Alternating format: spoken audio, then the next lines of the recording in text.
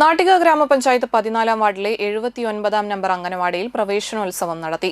Block panchayat ആരോഗ്യ വിദ്യാഭ്യാസ standing committee chairperson Shola Mahesh ഉദ്ഘാടനം ചെയ്തു. നാട്ടിക ഗ്രാമപഞ്ചായത്ത് വികസനകാര്യ standing committee chairperson Seena Unnikrishnan അധ്യക്ഷത വഹിച്ചു. നാട്ടിക ഗ്രാമപഞ്ചായത്ത് മുൻ പ്രസിഡന്റ് അനിൽ പുളിക്കൽ മുഖ്യാതിഥിയായിരുന്നു.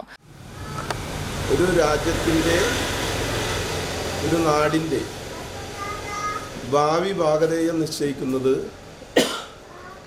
ഇന്ന് മുതൽ നമ്മുടെ അംഗനവാടിയിൽ വരുന്ന നമ്മുടെ കുട്ടികളിൽ നിന്നാണ്, നമ്മുടെ കുരുന്നുകളിൽ നിന്നാണ് തുടങ്ങുന്നത്. അത് നമ്മുടെ സ്വന്തം രക്ഷിതാക്കളുടെയോ വീട്ടുകാരുടെയോ മാത്രം ഉത്തരവാദിത്തമല്ല, ഒരു സമൂഹത്തിൻ്റെയും ഒരു നാടിൻ്റെയും ഉത്തരവാദിത്തം കൂടിയാണ്. അതുകൊണ്ട് തന്നെയാണ് ഈ പ്രവേശനോത്സവത്തിൽ ശ്യാമളപ്പണമ്മ വന്നിട്ടുണ്ട്, അല്ലെങ്കിൽ ശാഞ്ചേച്ചിയുണ്ട്, നമ്മുടെ ചിന്നച്ചേച്ചിയൊക്കെയുണ്ട്. അവരൊന്നും വരേണ്ടതില്ല.